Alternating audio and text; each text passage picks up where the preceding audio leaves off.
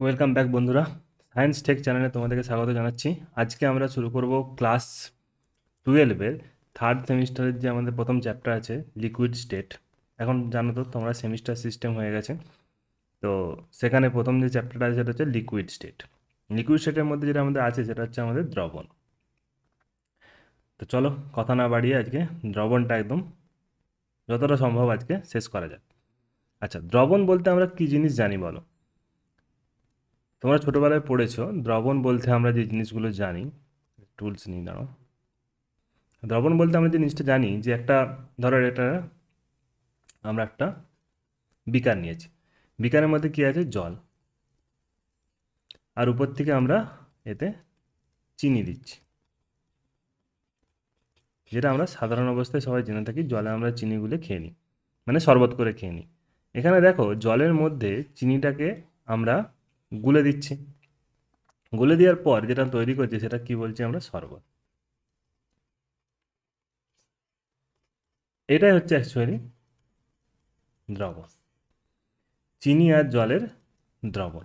আচ্ছা, এখানে একটা জিনিস জানবে, আমি এখানে লিখেছি দ্রবণ, দ্রাব এবং দ্রাবক। জিনিসটা কি আমাদের জেনে নেওয়া দরকার। যেটার মধ্যে আমাদের গুলছে কোনো একটা জিনিস এসে, সেটাকে বলছি আমরা দ্রাবক। মানে যার মধ্যে আমাদের কোনো কিছু বস্তু দ্রবীভূত হবে সেটাকে আমরা বলছি দ্রাবক। আর যেই বস্তুটা এসে দ্রবীভূত হবে সেটাকে আমরা কি বলবো? দ্রাবক। দ্রাব এবং দ্রাবক সম্বন্ধে তোমরা হচ্ছে ঠিকঠাক কনসেপ্ট বুঝতে পারলে। এবারে দ্রাব আর দ্রাবক বিভিন্ন হতে পারে। আমরা এখানে শুধু জল আর চিনি নিয়েই আলোচনা করছি, জল আর চিনি নিয়ে আলোচনা করছি, এই মানে মানে এই নয় যে দ্রবণটা শুধু এরকম জল আর চিনিরই হতে পারে।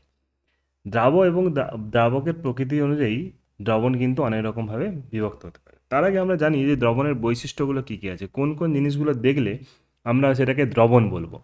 প্রথম 1 নম্বর হচ্ছে সমসত্ব মিশ্রণ হতে হবে। সমসত্ব মিশ্রণ হতে হবে। সমসত্ব মিশ্রণ মানে কি? আমরা যখন এই চিনির শরবতটা বানিয়েছিলাম, আমরা এই জায়গা থেকে চিনি শরবত তুলে খাই আর এই জায়গা থেকে চিনি শরবত তুলে খাই। তোমরা বোর্ডের দিকে কনসেন্ট্রেশন একটু ভালো করে রাখো। দেখো, যেখান থেকে চিনি শরবত তুলে খাই না কেন, একই রকম টেস্ট লাগবে, একই রকম টেস্ট লাগবে। টেস্টের কোনো ভিন্নতা আমরা লক্ষ্য করতে পারবো না। মানে এটাকে আমরা বলছি সমসত্ব মিশ্রণ। মানে এই ধরো আমাদের হচ্ছে শরবত, আমি এখান থেকেই চিনির শরবত তুলি আর এখান থেকেই চিনির শরবত তুলি, যেখান থেকেই তুলি না কেন। যদি ধরো এখানে প্রতি 100 ml দ্রবণে যদি 5টা করে চিনির অণু থাকে, 5টা করে চিনির অণু থাকে, সুগারের যদি অণু থাকে, তো আমরা যেখান থেকেই তুলি না কেন এই অনুপাতটা কিন্তু সব জায়গাতে সেম থাকবে। তখন সেটাকে আমরা বলবো সমসত্ব মিশ্রণ। 2 নম্বর যে জিনিসটা সেটা হচ্ছে দ্রাব যে কণাগুলো আছে, দ্রাব যে কণাগুলো, এইমাত্র আমরা বুঝলাম কি দ্রাব জিনিসটা কি, যেটা এসে গুলবে। দ্রাব কণাগুলোর ব্যাস, ব্যাস মানে ডায়ামিটার, ডায়ামিটার কত হতে হবে? 10⁻⁻7 থেকে 10⁻⁻8 সেন্টিমিটার। এটা মনে রাখবে। 3 নম্বর একটা বৈশিষ্ট্য কি আছে? এক হচ্ছে কি ফিল্টার করা যাবে না। সাধারণ অবস্থায় ফিল্টার পেপার দিয়ে ফিল্টার করা যাবে না। ওকে, মানে সাধারণ যে আমার একটা ফিল্টার পেপার পাওয়া যায়, জানো ফিল্টার পেপার আছে, সেই ফিল্টার পেপার উপর যদি আমি দ্রবণটাকে ফেলতে থাকি, যে এখানে যদি বিকার রাখি, যে উপরে চিনি আলাদা হয়ে যাবে, নিচে জল আলাদা চলে আসবে, এইভাবে কিন্তু হবে না। ফিল্টার পেপার কিন্তু ক্রস করে যাবে। এগুলোকে ফিল্টার মানে আলাদা করতে গেলে একটাই উপায়, এক হচ্ছে পাতন, পাতন করতে হবে, অথবা কোনো কেমিক্যাল রিয়াকশান করতে হবে। দ্রবণের একটা বৈশিষ্ট্য আছে, দ্রবণের বৈশিষ্ট্যর মধ্যে, বৈশিষ্ট্য নয়, একটা হচ্ছে দ্রাব আর দ্রাবক, দুটো পার্ট। আচ্ছা, এদের মধ্যে দ্রাব আর দ্রাবকের মধ্যে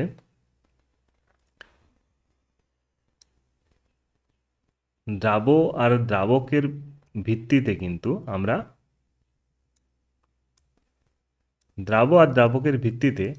দ্রবণকে ভাগ করব। এর উদাহরণগুলো কিন্তু মনে রাখবে। আচ্ছা দেখো, যদি প্রথম যে এক্সাম্পলটা যদি আমরা নিই যে গ্যাস আর গ্যাস, তোমাদের এখন এমসিকিউর পরীক্ষা হবে, তার জন্য তোমরা হচ্ছে এক্সাম্পলগুলো সব মনে রাখবে।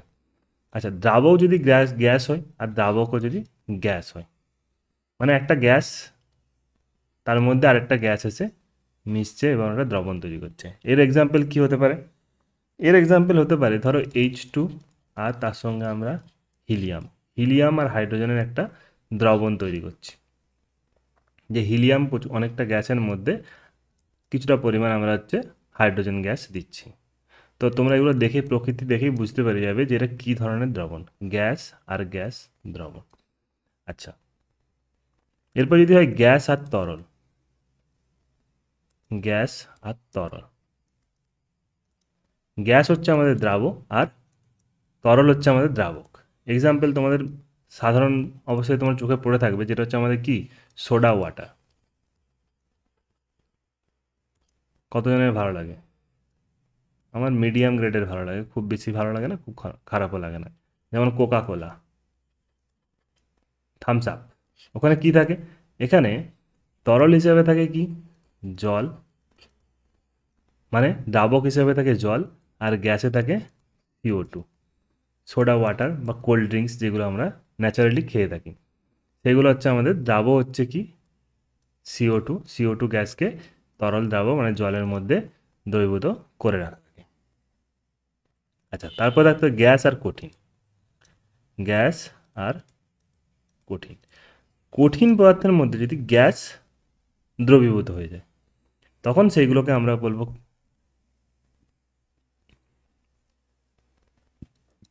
অনেক সময় দেখবে গ্যাস দ্রবীভূত হয়ে যায় কঠিন পদার্থে। কেমন হতে পারে?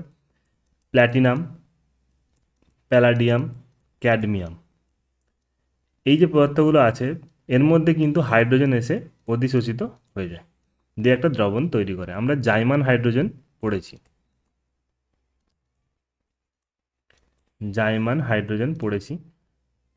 জানি না তোমরা আগে পড়েছো কি না, মনে পড়ছে না, কিন্তু জাইমান হাইড্রোজেন জিনিসটা কি না, কোনো একটা পদার্থ থাকে, মেনলি প্ল্যাটিনাম নিয়ে আমরা, বা প্যালাডিয়াম বা ক্যাডমিয়াম, তার মধ্যে আমরা অর্গানিক কেমিস্ট্রিতে পড়বো জাইমান হাইড্রোজেনের কেসটা।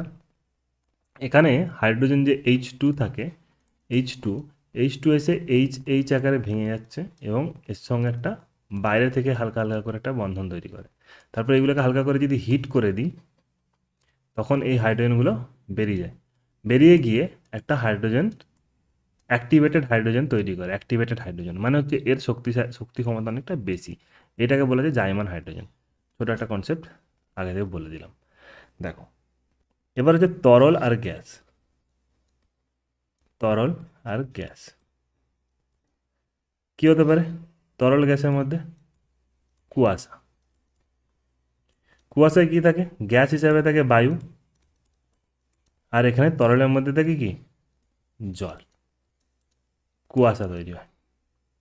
আচ্ছা, তরল আর তরল, তরল দ্রাবক আর তরল দ্রাবক, এরকম এক্সাম্পল কি হবে? বেনজিন,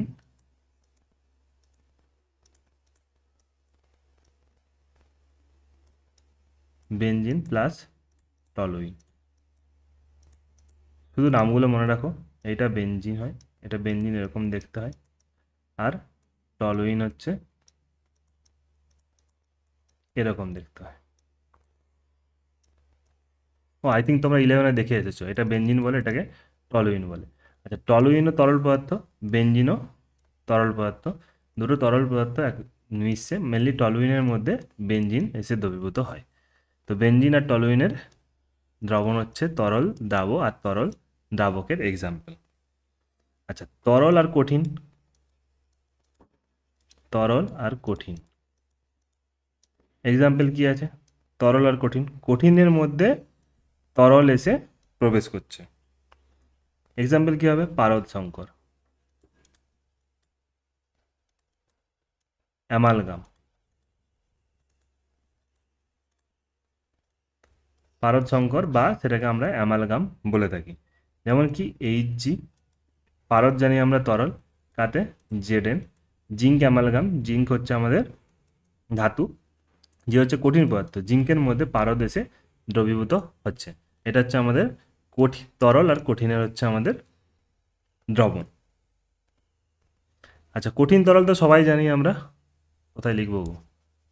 কঠিন আর তরল, এটা সিম্পল জানি আমরা, এই মাত্র এটা করছিলাম। নুন চিনির জল, নুন চিনির জল এই গরমকালে খেতে হবে প্রচুর পরিমাণে, নুন চিনির জল। নুন হচ্ছে এখানে কঠিন দ্রাবক, আর জল হচ্ছে তরল দ্রাবক। আচ্ছা, কঠিন আর কঠিন এদিকে লিখে দিচ্ছি আমি, হ্যাঁ, পারলে স্ক্রিনশট নিয়ে নাও। স্ক্রিনশটে কী বুঝবে জানি না, তবুও নিয়ে নাও। কঠিন আর কঠিন যখন হচ্ছে আমাদের দ্রবীভূত হচ্ছে, কঠিনের মধ্যে কঠিন এসে দ্রবীভূত হচ্ছে, তখন সেটাও একটা দ্রবণ। যেমন হচ্ছে কি,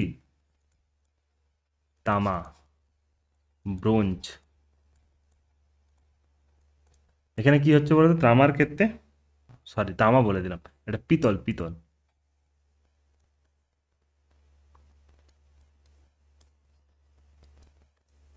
এটা হচ্ছে পিতল। পিতলের ক্ষেত্রে কি হয়? পিতলের ক্ষেত্রে কেউ জানলে কমেন্ট করো।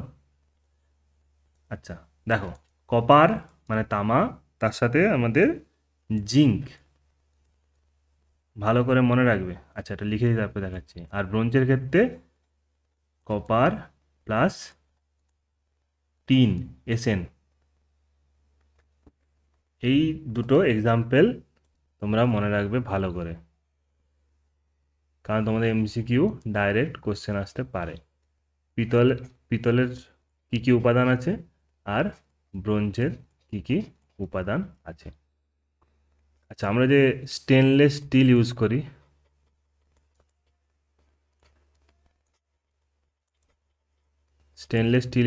সেখানেও কিন্তু কি হয়, এফির সাথে কার্বন যুক্ত থাকে হালকা। ঠিক আছে, চলো নেক্সট আমাদের কি আছে দেখি। বেশি স্লো কাজ করছে তো। আচ্ছা, এবার দেখো, এবারে এতক্ষণ আমরা প্রকারভেদ পড়ছিলাম, এবার দেখো তরলে দ্রবীভূত কঠিন পদার্থের দ্রবণের গাঢ়ত্ব।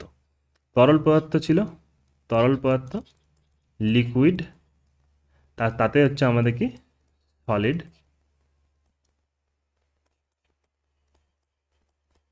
সলিড কোন হচ্ছে দ্রাব দ্রবীভূত হচ্ছে, সেখানে আমাদের তাদের গাঢ়ত্ব জানতে হবে। গাঢ়ত্ব মানে কতটা পরিমাণ দ্রবীভূত আছে সেটা আমার জানার প্রয়োজন।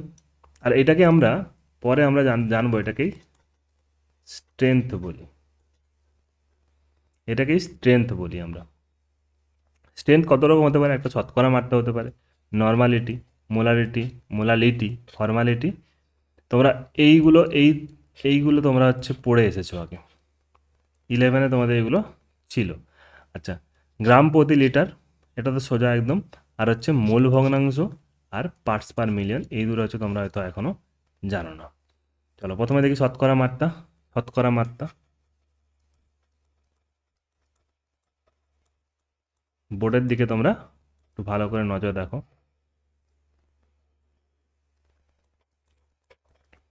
শতকরা মাত্রা, শতকরা মাত্রা আমরা বুঝতেই পারছি যে আমরা শতকরা বার করব, শতকরা বা পার্সেন্টেজ বের করব, কতটা কি দ্রবীভূত আছে। টোটাল সলিউশন, টোটাল সলিউশনের মধ্যে কতটা পরিমাণ আমাদের দ্রবীভূত আছে। এটাকে আমরা তিন রকমভাবে বার করতে পারি।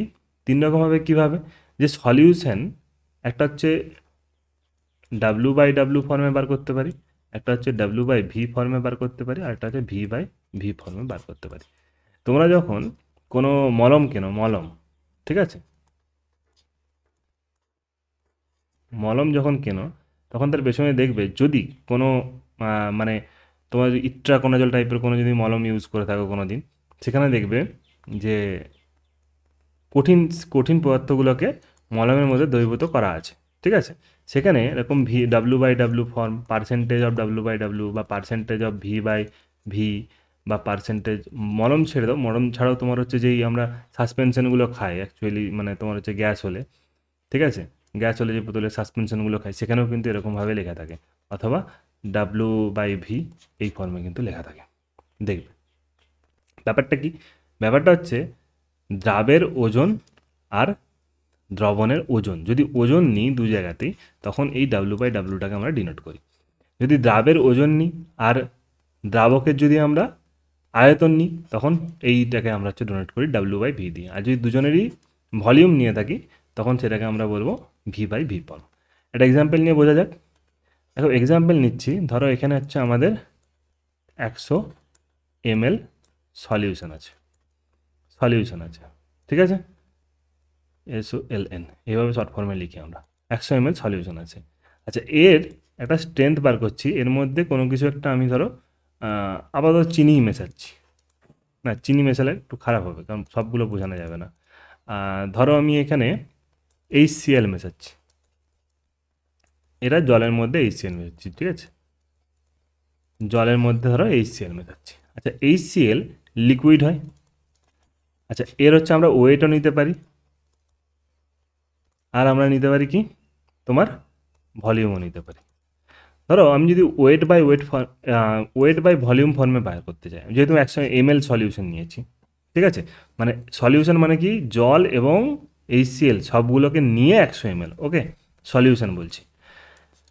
ধরো HCl 10 গ্রাম HCl নিয়েছি, 10 গ্রামস নিয়েছি, তাহলে এখানে শতকরা মাত্রা কীভাবে লিখব, 10 grams divide by 100 ml percentage into 100%, এখানে কী নিচ্ছি W/V ফর্মে, মানে এটা কী বেরোবে আমাদের অ্যাকচুয়ালি 10% W/V ফর্ম, স্ট্রেংথ বেরোলো।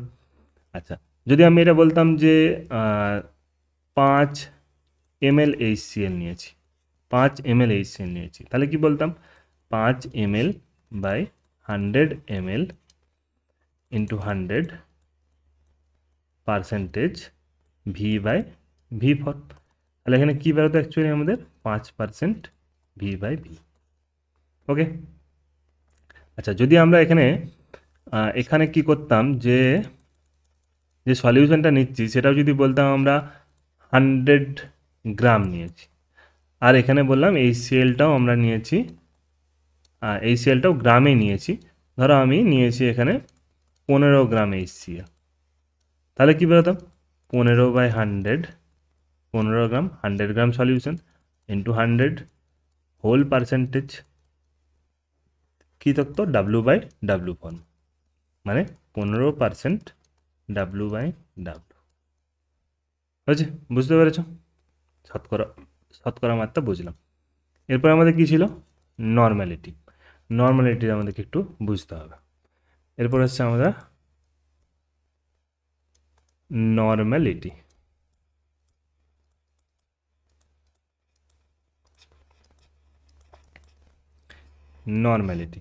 নর্মালিটি বলতে বোঝাচ্ছে যে দ্রাবের কত গ্রাম তুল্যাঙ্ক প্রতি 1000 ml অফ সলিউশনে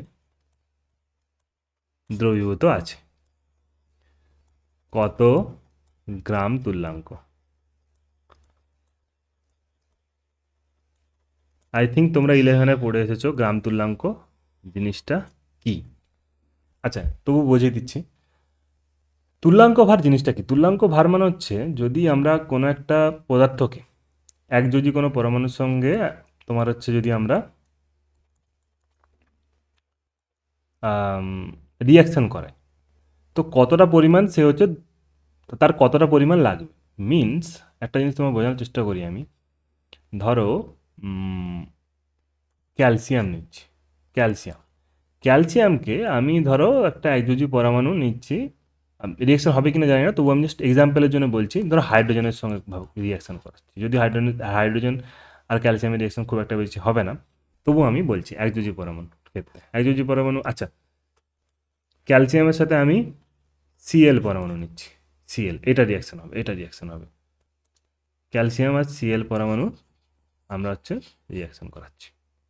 গ্রাম তুল্যাঙ্কটাও তোমরা একসাথে বুঝে যাবে এখানে, যদি না বুঝে থাকো আগে দেখো, ক্যালসিয়াম আর Cl পরমাণু নিচ্ছি একযোজি পরমাণুর সাথে, মানে আমাকে যদি একযোজি পরমাণুর মলিকিউলার ওয়েট কি, মানে 1 মোল যদি নিই একযোজি পরমাণু, এই সি এর কত মোল, কতটা পরিমাণ এর সাথে রিয়াকশন করতে পারবে, সেটাই হচ্ছে তার প্রতি গ্রাম তুল্যাঙ্ক বা ইকুইভ্যালেন্ট ওয়েট। কার সাথে ইকুইভ্যালেন্ট হচ্ছে, একযোজি কোনো পরমাণুর সাথে ইকুইভ্যালেন্ট হচ্ছে, তার জন্য এটাকে বলা হচ্ছে ইকুইভ্যালেন্ট বা তুল্যাঙ্ক ওয়েট। ঠিক আছে, আই থিঙ্ক আগে এইভাবে কেউ বুঝিয়েছে কিনা আমি জানি না। তো দেখো দেখো এবার যদি সিএ, আমরা একটা সংকেত জানি কি, ক্যালসিয়ামের কত যোজ্যতা 2, সিএল এর যোজ্যতা কত 1, আমরা এটা কীভাবে কোনাকুনি গুণ করে দিতাম, দিয়ে আমরা সংকেত বার করতাম কি সিএ সিএল সিএল2, এই সংকেতটা হতো। মানে একটা জিনিস বোঝো, যদি একটা সিএল দিই আমরা এখানে, তাহলে হাফ পরিমাণ ক্যালসিয়াম লাগবে। মানে 1 মোল, যদি এইটার 1 মোল নিই আর এটা যদি হাফ মোল নিই, তাহলে কিন্তু একটা রিয়াকশান করবে। ঠিক আছে, মানে সিএ হাফ আর সিএল, কিন্তু এই ব্যালেন্স এইভাবে তো আমাদের যৌগ থাকে না, তার জন্য আমরা এখানে কী করি CaCl2, মানে একটা সিএ দুটো সিএল এর সাথে রিয়াকশান করছে। কিন্তু যদি ইকুইভ্যালেন্ট করতে চাই, মানে একটা সিএল এর জন্য আমাদের অর্ধেকটা হচ্ছে আমাদের ক্যালসিয়াম লাগবে, হাফ মোল ক্যালসিয়াম লাগবে, তাহলেই কিন্তু আমাদের রিয়াকশানটা সুন্দরভাবে হয়ে যাবে। তাহলে ক্যালসিয়ামের তুল্যাঙ্ক ভার কত হবে, ক্যালসিয়ামের তুল্যাঙ্ক, আচ্ছা ক্যালসিয়ামের এমনিতে কত, অলমোস্ট 40 ধরতে পারি। ঠিক আছে, ক্যালসিয়ামের 40, তাহলে তুল্যাঙ্ক ভার হাফ লাগছে, মানে 2 দিয়ে ভাগ করতে হচ্ছে, 2 দিয়ে ভাগ করলেই তো হচ্ছে আমাদের তুল্যাঙ্ক ভার পেয়ে যাবো, যেটা হচ্ছে 20। ঠিক আছে, এটা হচ্ছে আমাদের তুল্যাঙ্ক ভার। 2 যে এই ব্যাপারটা কোথা থেকে এলো, এই ব্যাপারটা এলো অ্যাকচুয়ালি এর যোজ্যতা। তাহলে মলিকিউলার ওয়েটকে তার যদি ভ্যালেন্সি দিয়ে ভাগ করে দিই, তাহলে হচ্ছে আমাদের কি পাবো, ইকুইভ্যালেন্ট ওয়েট পেয়ে যাবো। আচ্ছা, এটা তো আমরা শুধুমাত্র একটা পরমাণু নিয়ে করলাম। যদি H2SO4 নিতাম, বা তোমার যদি ধরো HCl নিতাম, বা তোমার যদি ধরো নিতাম CaOH এর হোল 2, এইসব যদি নিতাম, তাহলে তাদের কী হতো, তাদের ক্ষেত্রে হতো যে অ্যাসিড যদি নিতাম তার ক্ষারগ্রহিতা মানে কি, যতগুলো হাইড্রোজেন থাকে সেটা হচ্ছে ক্ষারগ্রহিতা, মানে কতগুলো ক্ষারকে, মানে কতটা স্ট্রেংথের ক্ষারকে নিউট্রালাইজ করতে পারবে, সেটা হচ্ছে ক্ষারগ্রহিতা। আর ক্ষার যদি নিতাম তার হচ্ছে অম্লগ্রহিতা, মানে কতগুলো অ্যাসিডকে মানে সে হচ্ছে নিউট্রালাইজ করতে পারবে, সেটা হচ্ছে তার অম্লগ্রহিতা। সেই সংখ্যাটা দিয়ে এদের টোটাল মলিকুলার ওয়েটটাকে ভাগ করতাম। যদি জারক বা বিজারক পদার্থ নিতাম, তাহলে কি রিয়াকশানের মধ্যে কতগুলো ইলেকট্রন ডোনেট করবে বা কতগুলো ইলেকট্রন গ্রহণ করবে, সেই সংখ্যাটা দিয়ে ভাগ করলে এদের ইকুইভ্যালেন্ট ওয়েটটা আমরা পেতাম। ঠিক আছে, চলো তাহলে এটাকে আমরা আপাতত ক্লিয়ার করি।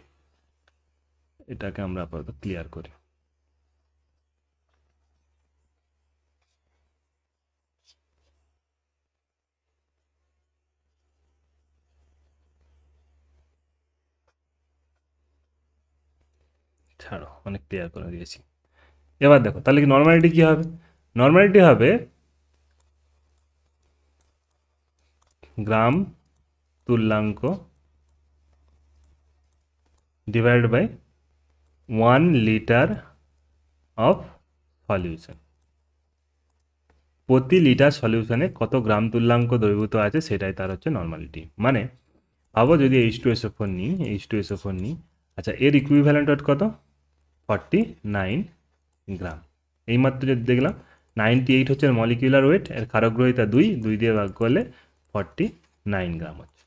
যদি আমাকে বলা থাকতো 0.49 গ্রাম আমরা একটা H2SO4 নিয়েছি, আর এইটাকে আমরা জলের সাথে মিশিয়ে একটা 1000 ml অফ সলিউশন তৈরি করেছি, তাহলে এই সলিউশনটার কত নর্মাল সলিউশন।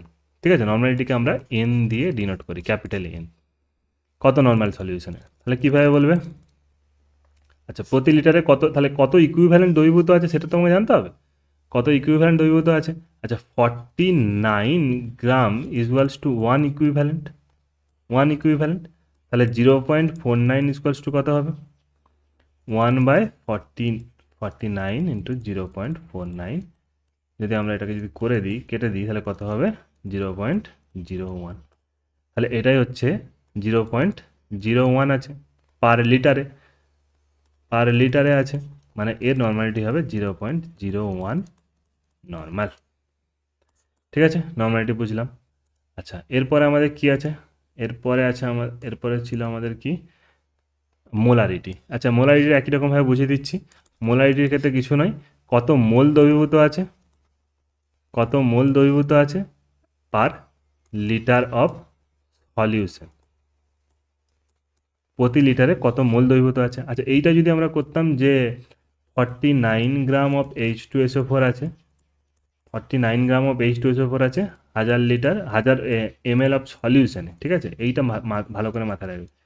মোলারিটি যেটাকে আমরা ক্যাপিটাল এম দ্বারা প্রকাশ করি, ঠিক আছে, সেখানে কি প্রতি লিটার 1000 ml সলিউশন, প্রতি সলিউশন মানে এখানে জলও আছে, জল মানে জল বলছি না, শুধু দ্রাবক আছে, তার সাথে দ্রাবককে মেশানোর পর এখানে যে মার্কটা এসছে এটা হচ্ছে 1000 ml। বুঝতে পেরেছ? প্রতি সলিউশনে কত মোল দ্রবীভূত আছে। যদি বলতাম 49 গ্রাম দ্রবীভূত আছে, তাহলে এর মোলারিটি কত, তাহলে বলতাম যে 1000 ml দ্রবীভূত আছে।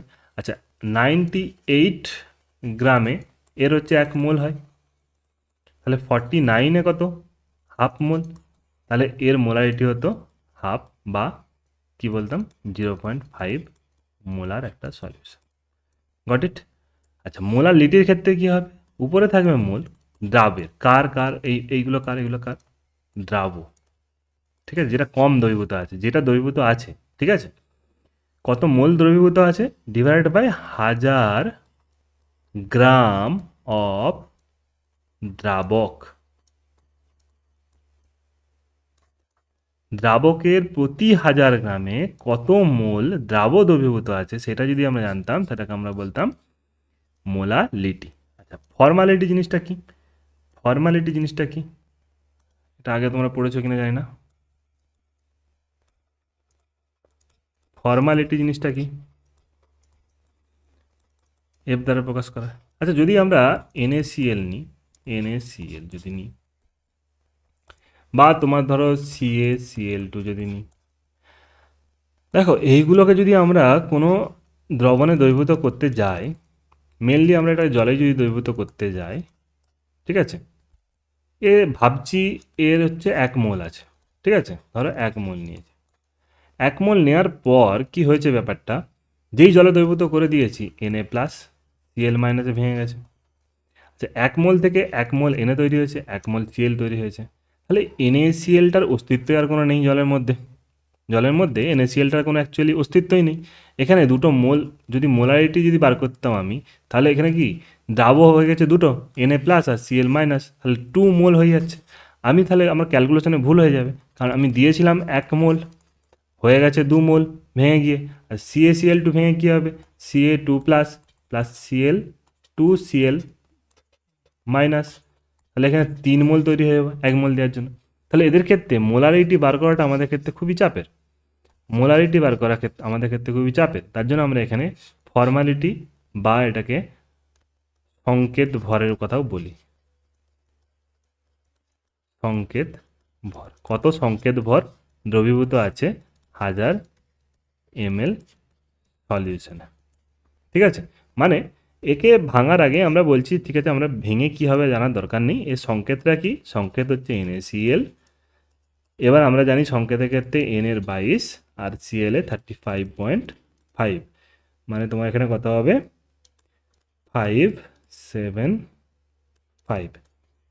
যদি 57.5 গ্রাম দ্রবীভূত থাকে তাহলে বলবো এর ফর্মালিটি 1 ফর্মাল, 1 ফর্মাল লবণ,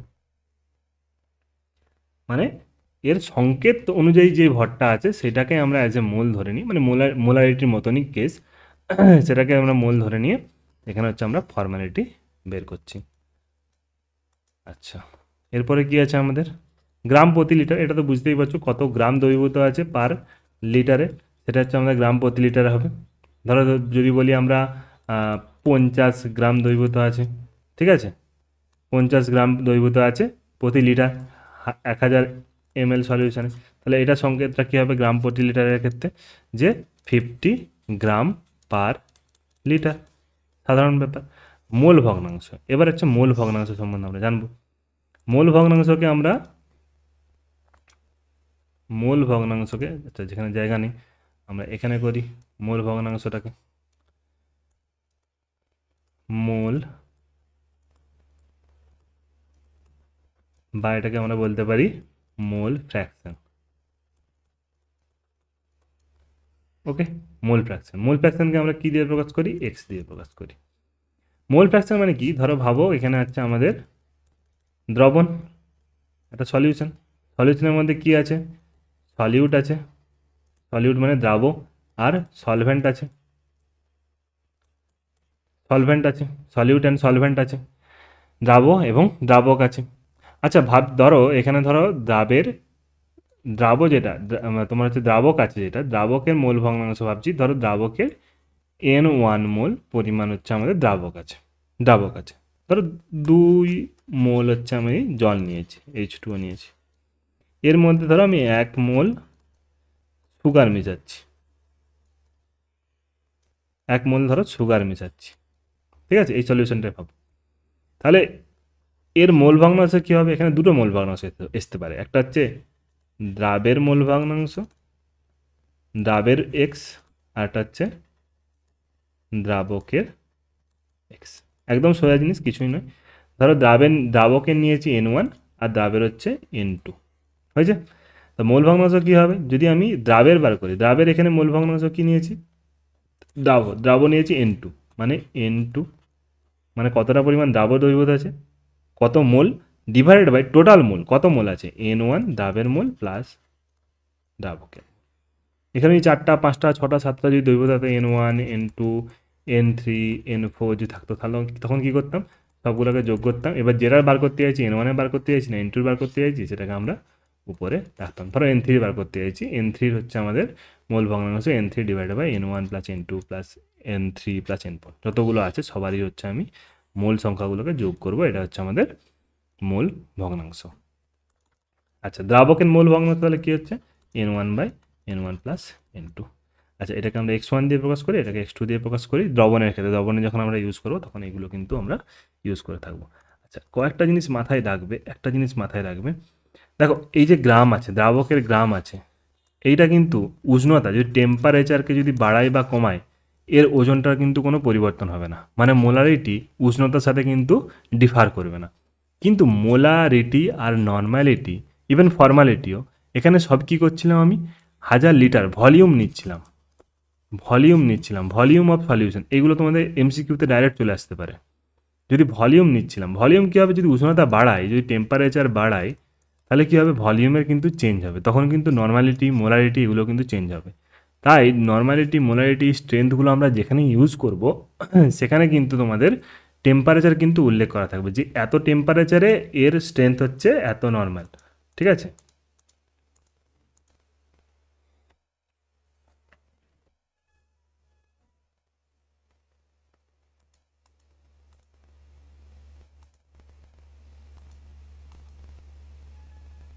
আচ্ছা চলো, আর আচ্ছা আমাদের আর কী কী বাকি আছে দেখতে হবে। তো বাকি আছে আমাদের মোল ভগ্নাংশ হয়েছে, আর পার্টস পার মিলিয়ন।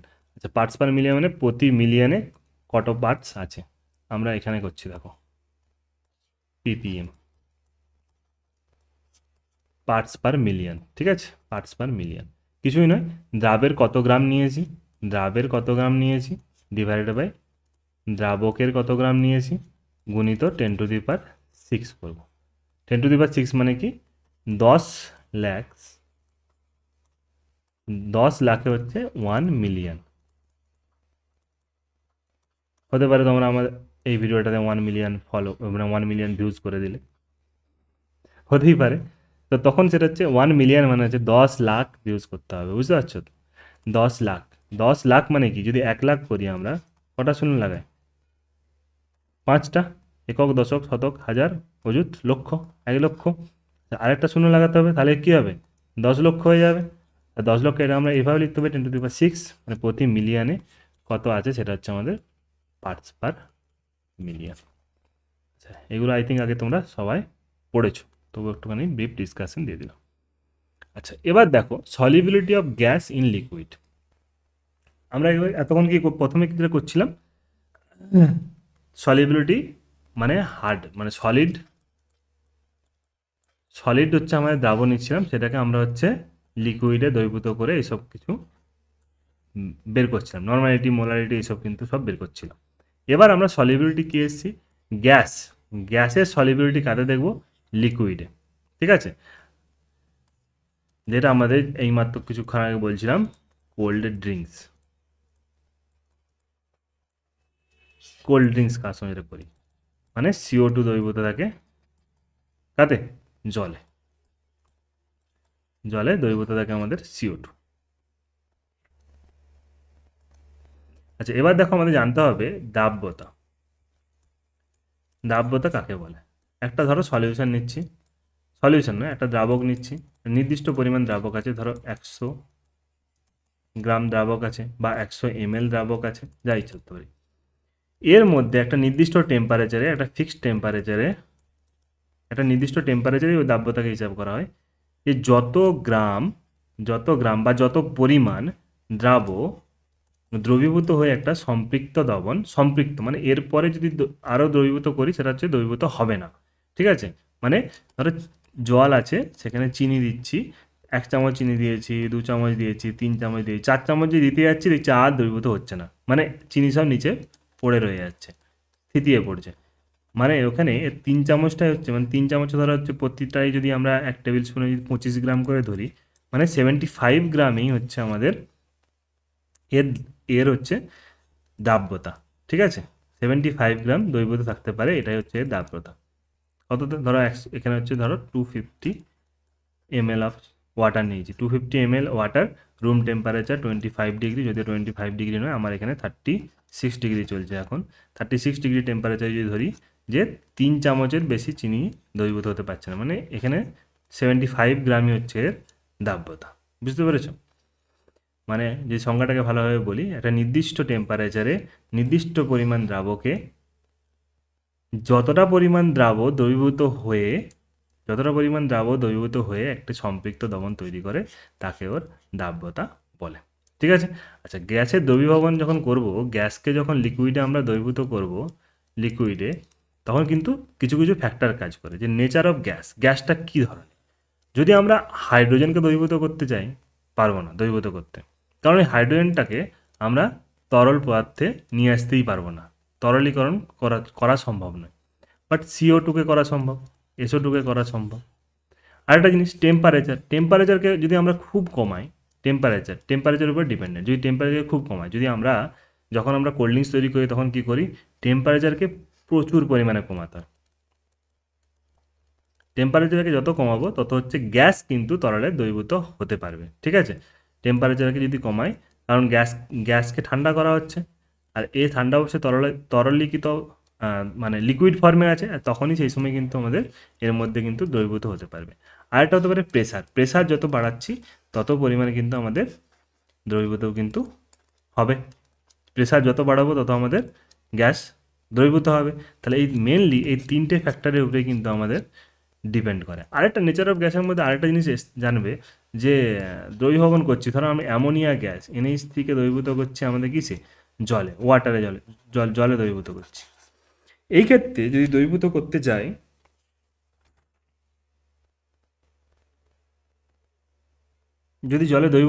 যাই, তখন কি হবে? অ্যাকচুয়ালি এখানে NH4 প্লাস OH মাইনাস, এতে কিন্তু ভেঙে যাবে। মানে যদি ভেঙে যায়, মানে দ্রবীভূত করতে যাচ্ছি, মিশে যে কিছু না কিছু একটা বানিয়ে নিচ্ছে, মানে রিয়াকশান করছে। যদি রিয়াকশান করে তাহলে কিন্তু তার দ্রবীভূত হওয়ার ক্ষমতাটা কিন্তু বেড়ে যাবে, কারণ রিয়াকশান করে অন্যরকম কিছু একটা বন্ড তৈরি করছে, দিয়ে তোমাদের হচ্ছে আমাদের মানে দ্রবীভূত হওয়ার ক্ষমতাটা বেড়ে যাচ্ছে। তাহলে এইগুলোর উপর কিন্তু ডিপেন্ড করে। আচ্ছা, এই সংক্রান্ত হেনরি বলে একটা লোক এসছে, কাউকে না কাউকে কিছু না সূত্র দিতে হবে। এইমাত্র আমরা দেখলাম কোল্ড ড্রিঙ্কস খেতে গিয়ে দেখলাম, যদি চাপ বাড়ায় তাহলেই হচ্ছে আমাদের কী হবে? দ্রবীভূত হওয়ার ক্ষমতা বাড়বে। হেনরি এসে সেই কথাটাই শুধু বলে দিয়ে একটা সূত্র আবিষ্কার করে দিয়েছে। হেনরি এসে বলছে যে গ্যাসের দ্রবীভবন হওয়ার ক্ষমতা, এখানে হেনরি সূত্রটা কিসে অ্যাপ্লিকেবল হবে? গ্যাস যদি তরলে দ্রবীভূত হয়, তখনই হচ্ছে আমাদের হেনরি সূত্র অ্যাপ্লিকেবল হবে। ঠিক আছে, হেনরি এসে বলছে যে যত আমি প্রেসারকে বাড়াবো তত বেশি পরিমাণ গ্যাস কিন্তু এর মধ্যে দ্রবীভূত হবে। আচ্ছা, হেনরি সূত্র তাহলে এটা কি আছে, মানে গাণিতিক রূপটা কি আছে? P proportional to X। X মানে এইমাত্র বললাম যেটা হচ্ছে মোল ভগ্নাংশ, আর এখানে কার মূল ভগ্নাংশ? দ্রাবের মূল ভগ্নাংশ। এখানে দ্রাবটা কে? গ্যাস। গ্যাস হচ্ছে আমাদের দ্রাব। পি প্রপোর্শনাল টু এক্স বা দ্রাবের মোল ভগ্নাংশ, এটা হচ্ছে আমাদের হেনরি সূত্রের গাণিতিক ফর্ম।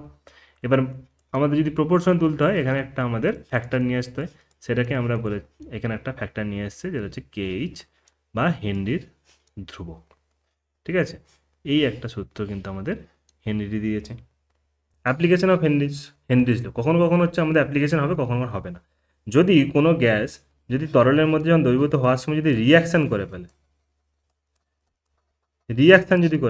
তাহলে কিন্তু হেনরিজ ল কাজ করবে না। কারণ হেনরিজ ল কি বলেছে? চাপ যত বাড়াবো তত বেশি পরিমাণ তোমার হচ্ছে দ্রবীভূত হবে মোল ভগ্নাংশ, তত মোল ভগ্নাংশ বাড়বে। মানে এটা যদি বাড়ে, মানে পি যদি বাড়ে তার সাথে মোল ভগ্নাংশ বাড়বে। মানে এটা কি বলতে চাইছে দেখো, এটা একটু একটু জিনিসটা বোঝার আছে, তোমরা একটু ভালো করে কনসেন্ট্রেশন দাও এই জায়গাটাতে। ধরো আমি দ্রাবক নিয়েছি একটা, দ্রাবকের তো আমাদের মোল ভগ্নাংশ ফিক্সড। ঠিক আছে, দ্রাবকের মোল ভগ্নাংশ ফিক্সড মানে হচ্ছে এটা যদি আমার ধরো 10 ছিল, তো 10 মোল নিয়েছি আমি, ধরো 10 মোল জল নিয়েছি। ঠিক আছে, 10 মোল আমরা জল নিয়েছি। 10 মোল জল মানে কত? 180 গ্রাম। 10 মোল জল নিয়েছি। এবার এই জলের মধ্যে ধরো আমি একটা গ্যাসকে দ্রবীভূত করছি। ঠিক আছে, চাপ যত বাড়াচ্ছি বলছে গ্যাস তত মানে তোমার হচ্ছে দ্রবীভূত হচ্ছে। আচ্ছা, দ্রবীভূত হওয়ার সঙ্গে এক্স বাড়ার সম্পর্কটা কি আছে? এক্স এক্স বাড়লে আমরা কি করে বলবো যে দাব্যতা বেড়ে যাচ্ছে? কি করে বলবো? ধরো প্রথমে যখন এটা নির্দিষ্ট প্রেসার ছিল, প্রেসার ধরো কম ছিল, 5 এটিএম প্রেসার ছিল, 5 এটিএম প্রেসার ছিল। এখানে যদি 5 এটিএম প্রেসার দিই, মানে জোরে মানে একটা চাপ দিয়ে রেখেছি, তাহলে কি হচ্ছে? ধরো হচ্ছে 3 মোল আমাদের হচ্ছে CO2 দ্রবীভূত হয়েছে। তাহলে মোল ভগ্নাংশ কত হবে? 3 বাই দ্রাবের মোল ভগ্নাংশ কত হবে? মানে x2 কত হবে? 3/10 + 3 মানে 3/13 একটা মান হিসেবে। আচ্ছা, এবার বলছি আমার প্রেসারটাকে বাড়িয়ে 15 এটিএম করেছে।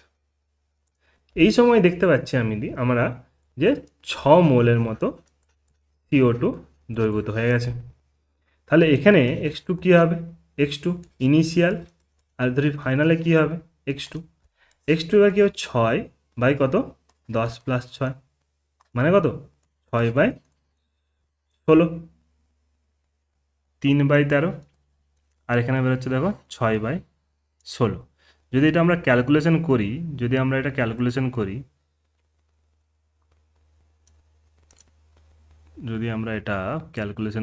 যদি ডিসিপ্লিন টুলস ম্যাথ,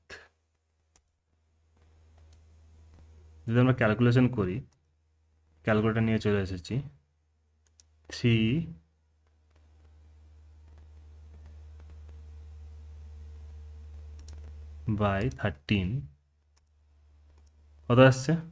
0.2307। আচ্ছা, যদি আমরা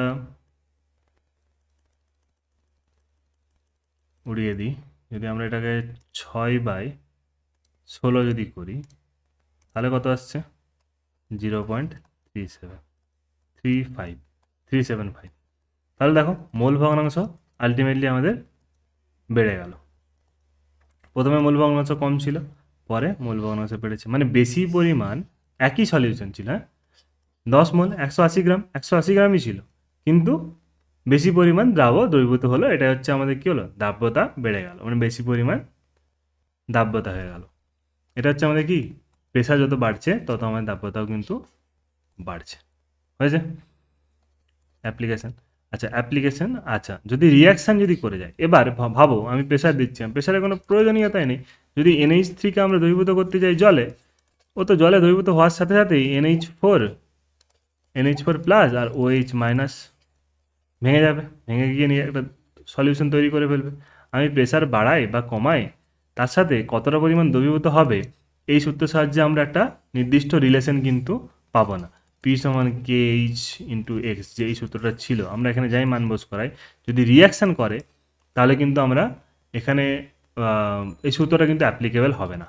আবার একটা কথা হতে পারে, যদি কোনো গ্যাস যদি দ্রবীভূত হয়ে সেটা যদি দুটো জিনিসে যদি ভেঙে যায়, দিলাম একটা গ্যাস, সেখানে দুটো জিনিসে ভেঙে গেল, তাহলেও কিন্তু দ্রাব্যতা কী হবে? দ্রাব্যতা অ্যাকচুয়ালি বেড়ে গেছে। দুটো আলাদা আলাদা মোল, মানে 1 মোল দিয়েছিলাম, এখান থেকে দুটো জিনিসে ভেঙেছে, মানে 2 মোল দ্রবীভূত হয়ে গেছে কোনো জিনিসের, তাহলেও কিন্তু আমরা এখানে কিন্তু তার দ্রাব্যতা সঠিকভাবে বার করতে পারবো না। হেনরি সূত্রে এগুলো কিন্তু ড্রব্যাকস আছে। আচ্ছা, কঠিন দ্রবণটা আমরা পরে পড়বো। হেনরি সূত্রের সাহায্যে কয়েকটা এক্সাম্পল আমরা যে জানার চেষ্টা করি, কঠিন দ্রবণটা পরের দিন আমরা পড়বো। আচ্ছা, যদি আমাদের একটা পৃথিবীটা যদি আমরা নিই, এই ধরো আমাদের পৃথিবী, গোল পৃথিবী, এখানে ধরো আমাদের মাউন্ট এভারেস্ট আছে। আচ্ছা, আমাদের যত হচ্ছে আমরা গ্রাউন্ড লেভেলে থাকি, তত আমাদের কিন্তু বায়ুর চাপ বেশি থাকে। যত আস্তে আস্তে উপর দিকে উঠি, বায়ুর চাপ কিন্তু কমে যায়। তত কমে যায়, এদিকে যত নিচে থাকি তত বেশি থাকে, আর উপরে যত কমে যায়। তার জন্য দেখবে পাহাড়ে যখন আমরা উঠি, হাই অ্যালটিটিউডে যখন আমরা উঠি, তখন সেখানে কিন্তু অক্সিজেন ডেনসিটি কিন্তু কমে যায়। তাহলে এখান থেকে বুঝলাম, যত চাপ বেশি থাকবে বায়ুর মধ্যে, অক্সিজেনের দ্রবীভূত হওয়ার ক্ষমতাটা কিন্তু বেশি থাকবে। যত চাপ বেশি থাকবে, তাহলে আমাদের যখন সমুদ্রের ধারে যাব, তখন বেশি পরিমাণ আমরা অক্সিজেন পাবো। যেই আমরা পাহাড়ে উঠতে থাকবো, সেখানে কিন্তু আমাদের অক্সিজেন কমে যাবে। এটা হচ্ছে আমাদের হেনরি সূত্রে কিন্তু অ্যাপ্লিকেবল। নেক্সট দিন আমরা কঠিন দ্রবণ থেকে পড়ব। কঠিন দ্রবণের দুটো ভাগ আছে, প্রতিস্থাপিত কঠিন দ্রবণ আর ইন্টারস্টিসিয়াল বা অন্তঃস্থানিক কঠিন দ্রবণ, এগুলোও পড়বো। তার সাথে আমরা বাষ্পচাপ, এই জিনিসগুলো জানবো। আজকে আমরা বেসিক জিনিসটা দ্রবণ কী, সেই জিনিসটা আমরা জানলাম। চলো, থ্যাংক ইউ।